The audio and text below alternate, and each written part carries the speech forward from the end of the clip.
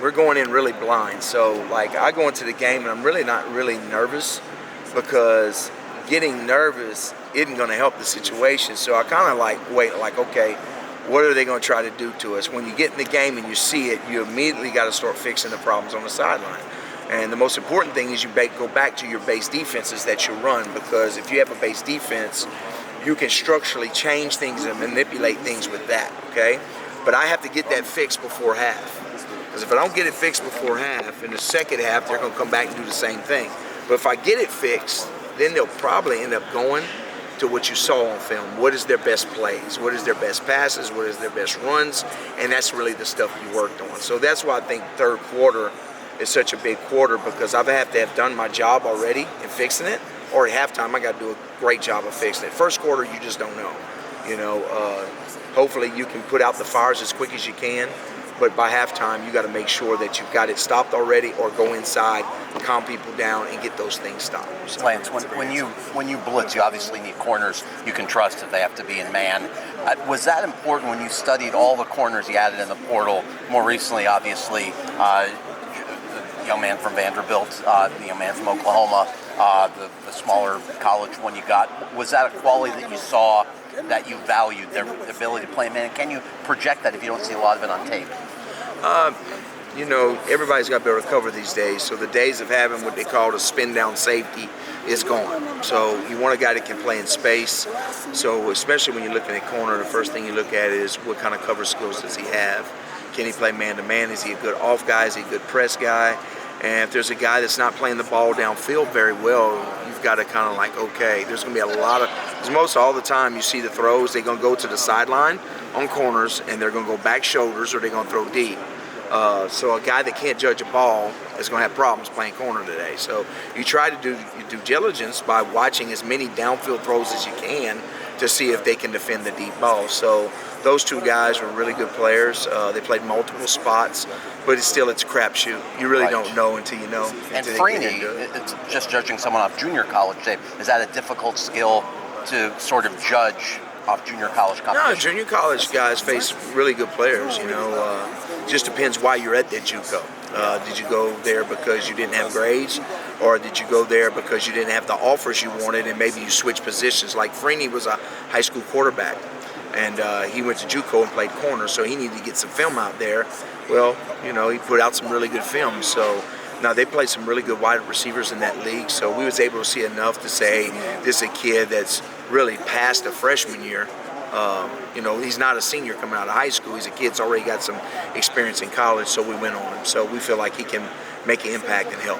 One last thing for me. Obviously, before you arrived, or around the same time, Miami lost their biggest defensive tackle in Darrell Jackson. There was another 300-pounder added, I guess, Dean and Gore, 280 range. Do you have enough, do you think, from a run-stuffing standpoint at defensive tackle with Harrison Hunt and Dean and Gore, obviously LT, Ahmad Moten? It's always good to have like a really, really, really big sucker, you know, and when you don't have them, you don't have him. So you've got to create ways to make up for that. A lot of times it's through movement of your defensive line or different techniques you play, but we feel like we have enough big guys. We just don't have the big anchor, and you know, it is what it is. I think we've got a good front. I think we got a lot of depth. We've got some backers that can play, so I'm excited. I think the D-line is the strength of the defense. So we'll see how this thing goes, but if we say injury-free, I think we've got a good chance to be a good defense. Thanks so much, Lance. In terms of your rotation, D-line on down, D-line, linebackers, cornerbacks, safeties, how tight is it, or how loose is it in terms of getting guys in and out of those games? You know, a lot depends on the tempo, how fast people go, how you can get guys in and out. You want to roll your defensive linemen in there, more probably so than anybody. Corners and safeties, you don't rotate them in a series, even linebackers too much. But the D-line, you want to get them on and off the field on a dead ball to try to get some fresh lays, because they're always battling inside. And they're bigger guys, so they get tired a little bit. But you know, it just depends on how many good players you have, how many people you feel that can play when the game is on the line. You know, so different defenses, different places I've been, the numbers have been different. So we'll find out through camp how many guys we can really depend on, and how many guys we can play each position. And you brought in some bigger corners, guys like Jadaeus Richard and even Devontae Brown. But among those guys with more size and build, is there any potential cross-training between cornerback and safety? Yeah, there is. We'll train some, not very many corners at safety. Usually you train your corners at nickel and you train your safeties at nickel. And if you have a guy that just plays the nickel or star, you train him at another spot. So you try to get as much depth as you can like that. But very rarely does a corner go to safety. But one that's really, really smart, you may have to use them to, just get through a game or whatever. But yeah, you have to train in different spots for sure. So obviously the tall task replacing two cornerbacks that were starters last year in the NFL draft. What is it exactly that you're looking for, the attributes, in terms of your two potential starters on the outside? You got to be able to play the deep balls downfield. You've got to, because there's a lot of back shoulder throws, and that's really, you have to get guys down, but you have to limit the amount of the big plays that happen downfield. I always feel like you're going to give up some big plays, but as long as you get the guys down and you start the series over, you got a chance. You can't let long throws go for touchdowns. So really defending the outside is where the corners are going to make their money. Most of the time in the post they have help, but on the outside they're really by themselves. So just guys that can play the ball downfield, get their eyes back around, and be in good phase with the wide receivers.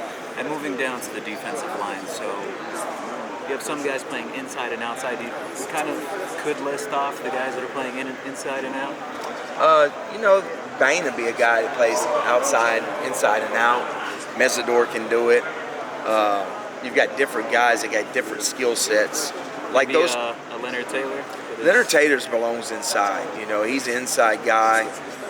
Needs to be left inside to rush the passer as well.